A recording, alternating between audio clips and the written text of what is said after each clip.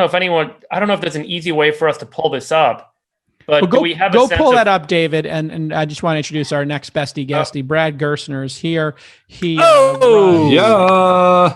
Brad runs a multi-billion dollar, I believe you would call it a hedge fund or a fund.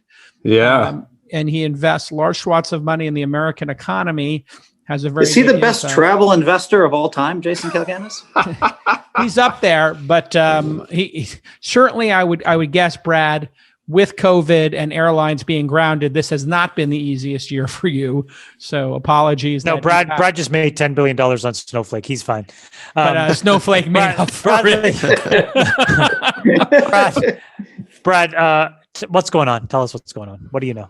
Well, hi all. Are you okay? It's a fascinating night. I mean, all markets are ripping. We've had a massive reversal in the NASDAQ, a massive reversal in the bond market. And it appears that, everybody's now who was worried about a Trump victory is now celebrating a Trump victory. One of the things people didn't understand about a clear Biden victory is the underlying concern in the bond market.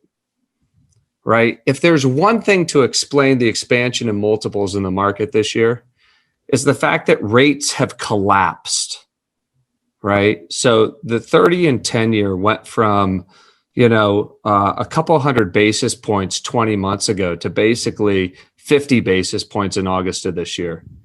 We've seen them back up about 40% over the course of the last couple months. We see them backing up again tonight. The fact is the market is seriously concerned about higher rates, which are the result of both a turbocharged economy, too much stimulus on top of, vaccines and prophylactics for COVID. And so, if you ask me, we get all excited about the election, we get all excited about stimulus and tax policy, but the biggest elephant in the room is the Fed and rates. That's the 80 to 90% factor in the market this year. In Q4 of 18. And so what we're looking at, we see the NASDAQ now up 350 bips, the futures up 350 bips. So that says Trump's winning. We're not going to break up the tech companies. We see the S&P starting to rise again, and we see the bond market falling, saying that we're going to have lower stimulus, right, in the market. I've heard y'all talk about, a clear victory certainly is better than not a clear victory. But, notwithstanding our own fucking anxiety that we have to live with for the next 4 years, in the short run, the market is clearly voting on, is voting that Trump is a palatable alternative. And I would tell you to keep your eyes on rates, Brad, as much as you are in the market. Brad, more than a great manager of money, you're actually a great human being, but you're also very wired into the Dems. What are the Dems getting wrong if they lose today? Well, first, this is an upset already tonight.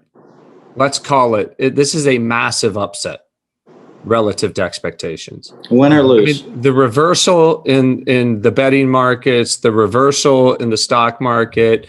I was just earlier tonight at, a well-known organizer's house on the Democratic side. I mean, there is despondency. This is a massive upset by Trump. And once again, a massive misread by the progressives and organizers in the Democratic Party. I had my 84-year-old mother out here from Michigan over the weekend. And I'll tell you that ordinary people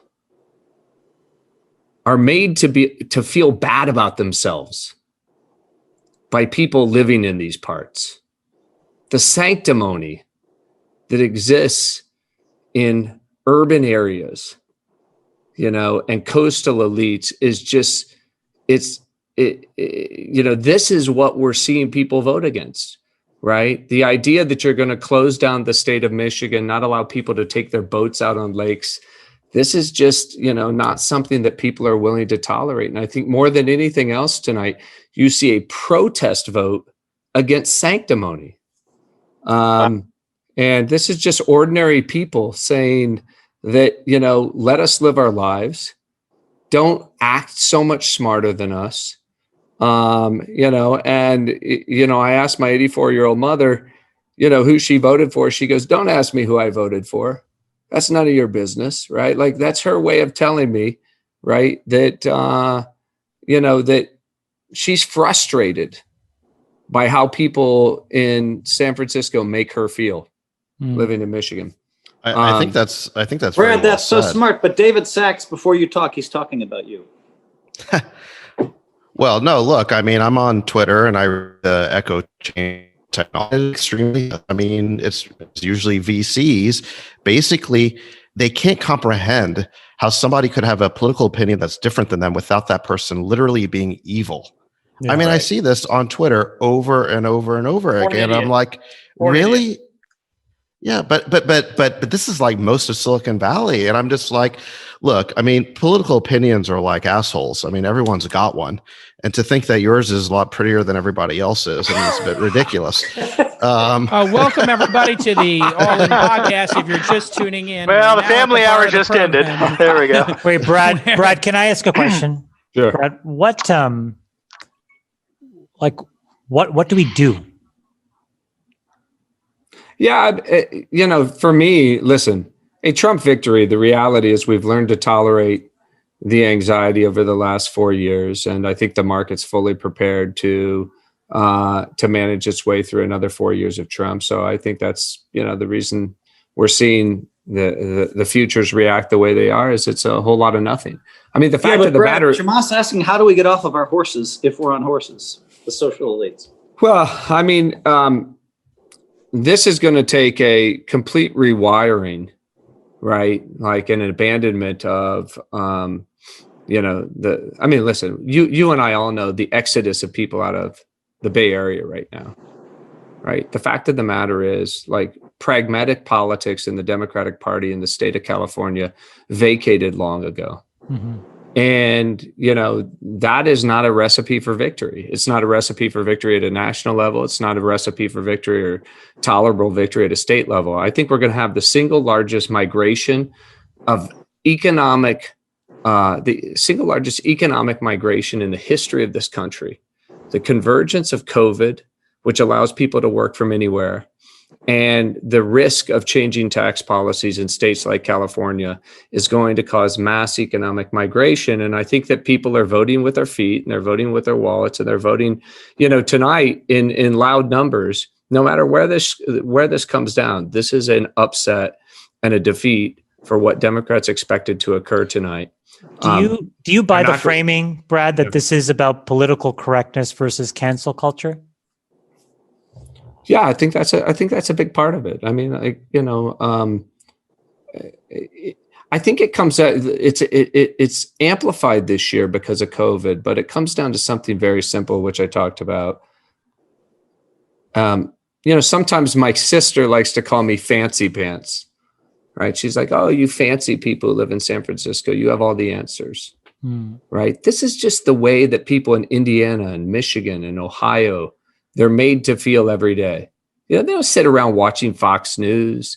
These are not people who are racist, right? Chamath, I heard you say earlier tonight, the idea that Trump could poll what he's polling, and yet if you talk to all of our friends, they would have you believe that it was just a small band of, racist pickup drivers carrying Trump flags. I mean, their head is in the sand. Yeah. This is CEOs. Yeah.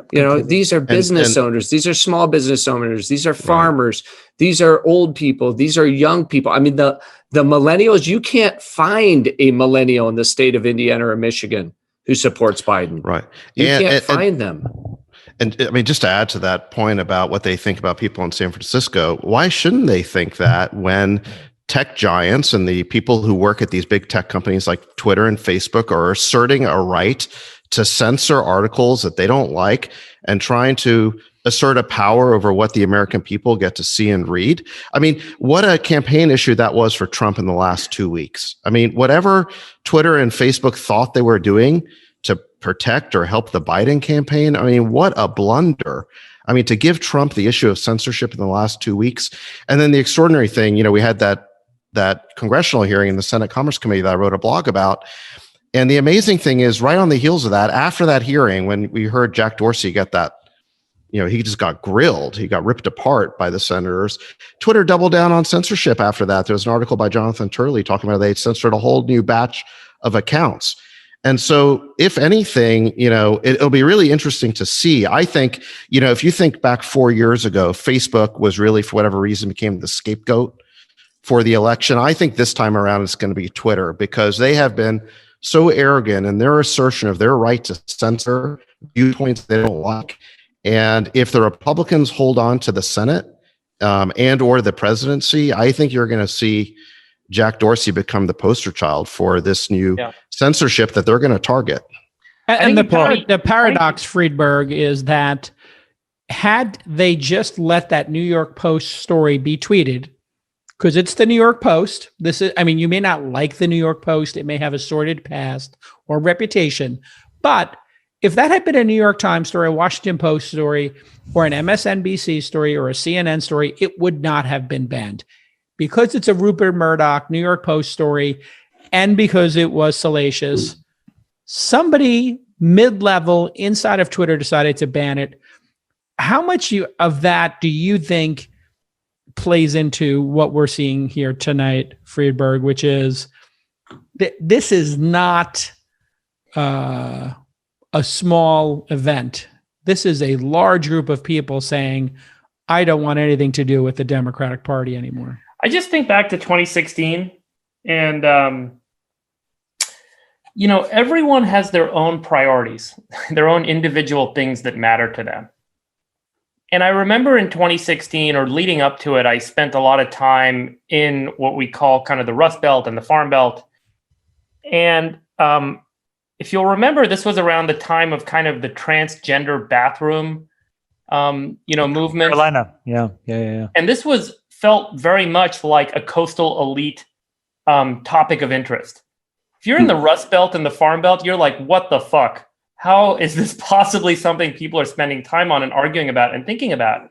And the disconnect between the priorities of the individuals that live in the vast part of the United States versus what they read about and hear about others treat as their priority, I think is what partially helped support Trump getting elected in the first place. Because the things that mattered to them that they felt were highly consequential were completely unrelated and not being paid attention to, while other folks, that had the money and the power in the big cities were focused on social matters and social issues and liberal decisions that they thought were inconsequential or shouldn't be a priority.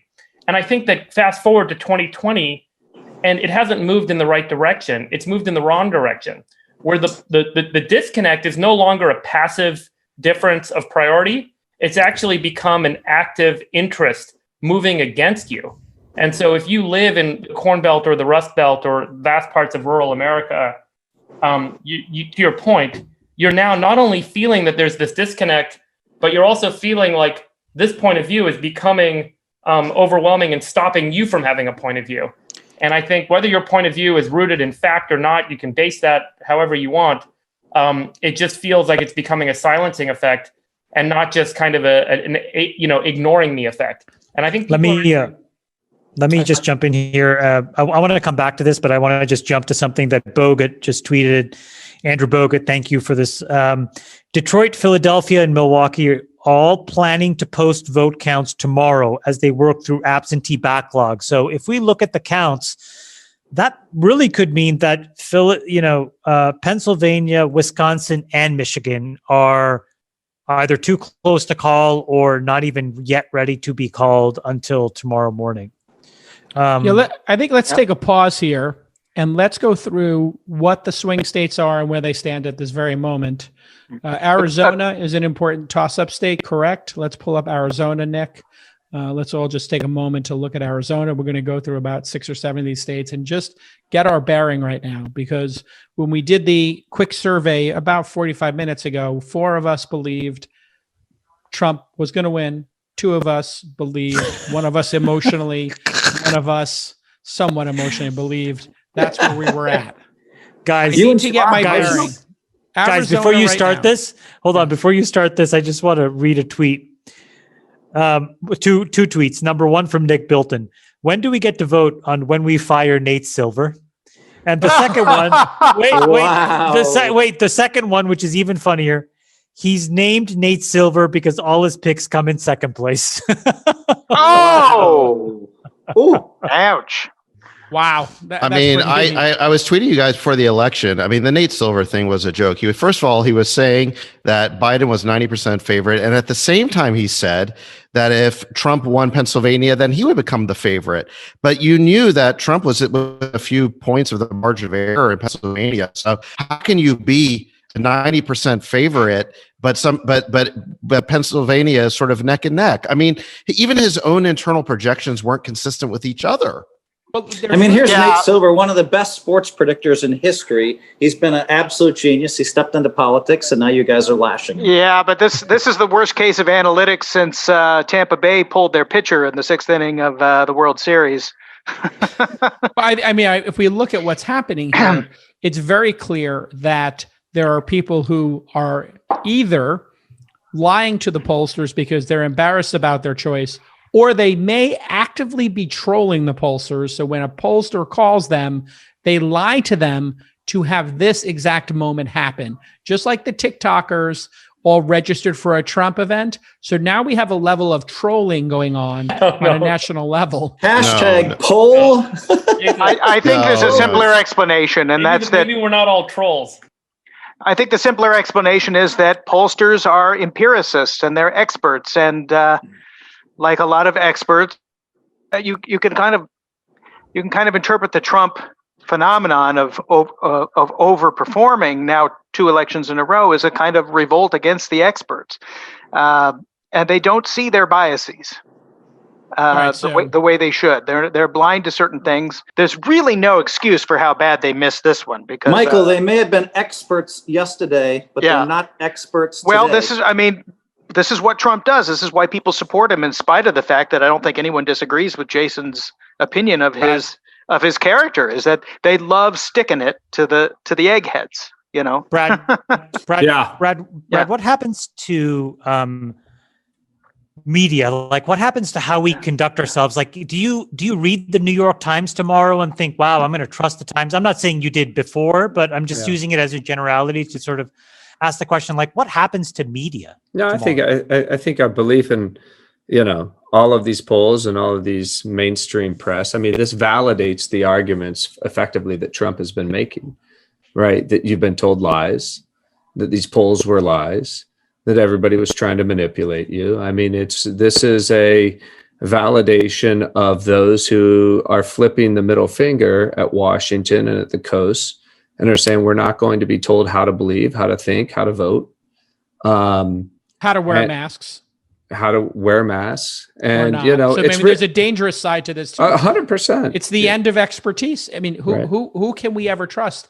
I mean, and this is Putin's. Well, ironically, it's the experts who got masks wrong. Remember that at the time that I was saying that we should wear masks, the WHO was saying we shouldn't. So they were lying. They were deliberately lying to keep PPE from being overrun by. So the experts have done a horrible job on COVID too, Jason. I mean, look, I think that's part of the reason. But now the cynicism of Trump and his approach to absolutely undermine Fauci and admonish people wearing masks while on stage is a level of danger and is a dereliction of duty that's insane. So we know that masks work. You actually were a proponent of it. Yes, of course. Masks should never become a political issue. Donald Trump last week said, "Don't wear a mask." No, he never said that. He literally made fun of a person wearing a mask. Let's just run through each of the states right now. Sacks, can you play your fake news? Can I just respond to that, Jason, real quick? Yes, you may. Of course. Look. I wrote a blog post, but going back to April 1st, saying that masks should be the policy, and it should never have become a political issue. Okay, right. It should have been a bipartisan response, and it's unfortunate it became a political issue. But I'm not forgiving that. And it took Trump way too long to get on board with masks. I think right around the time my blog was published, a few days afterwards, first he said it was optional. You can do it if you want. It took him about another 3 months to actually say that masks were a good idea. I agree that had he just gone all in on a mask policy, I think this would not even be a close election. I mean, that was probably the single biggest blunder that he made politically this year. 100% agree. Okay, so we agree on that. But look, you're missing the other half of it, which is what is our COVID policy going to be today? And the reality is that Joe Biden and all these blue state governors are still on the record as being in favor of lockdowns. And in fact, they are doing lockdowns. The only reason why Michigan and Wisconsin, but I say especially Michigan, would ever be in play tonight is because of lockdowns. Absolutely. Agree. Yes, this is a resounding rebuke of lockdowns. Let's just zip through these real quick. Arizona, pull it up, Nick. Arizona, here we are. Biden, 54% if we round up, 45 for Donald Trump, 75%. Looks like Arizona is going to Biden. Next up, let's take a quick look.